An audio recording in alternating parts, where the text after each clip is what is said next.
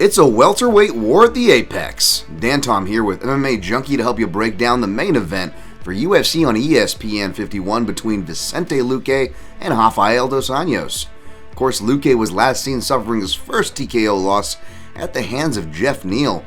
Last year, of course, Luque took the appropriate time off.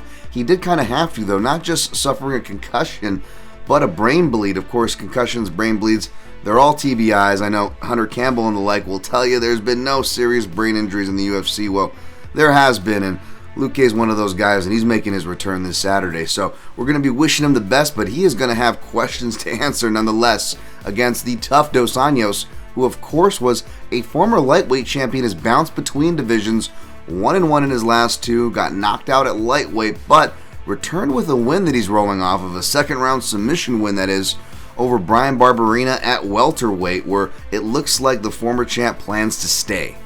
At the time of this video, the odds makers and the public are siding with Dos Anjos in the neighborhood of -128, the comeback on your underdog Luque in the neighborhood of +100. Now, money has been trickling on Luque. The line has been getting tighter. I don't blame that.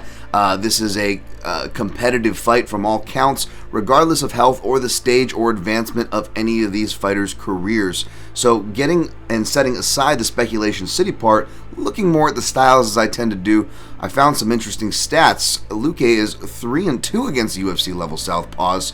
The common culprit in those losses, of course, are left hands from the power side. Now, Dos Anjos may not hit as hard as Neal, but he doesn't hit light. He is one of the most talented southpaw pressure fighters in UFC history. He made my top 10 UFC level southpaws for a reason, did Dos Anjos. He is a fully fledged one, but he also gets to his wrestling, which regardless of stance is a common culprit as well in the Luque losses, along with those left hands. And when we look at wrestling stats for Dos Anjos, well, the former lightweight champ is 14-4 in fights when he's able to secure a minimum of just one takedown. So you add those southpaw stats, that 14-4 with the wrestling, along with the smaller octagon inside the UFC Apex, and I believe that facilitates a little better for Dos Anjos' style, who is more proven in the later rounds, whereas Luque tends to get sketchy in his fights when you get to round 3 and onwards. So let's pick a side and ride at prices like these.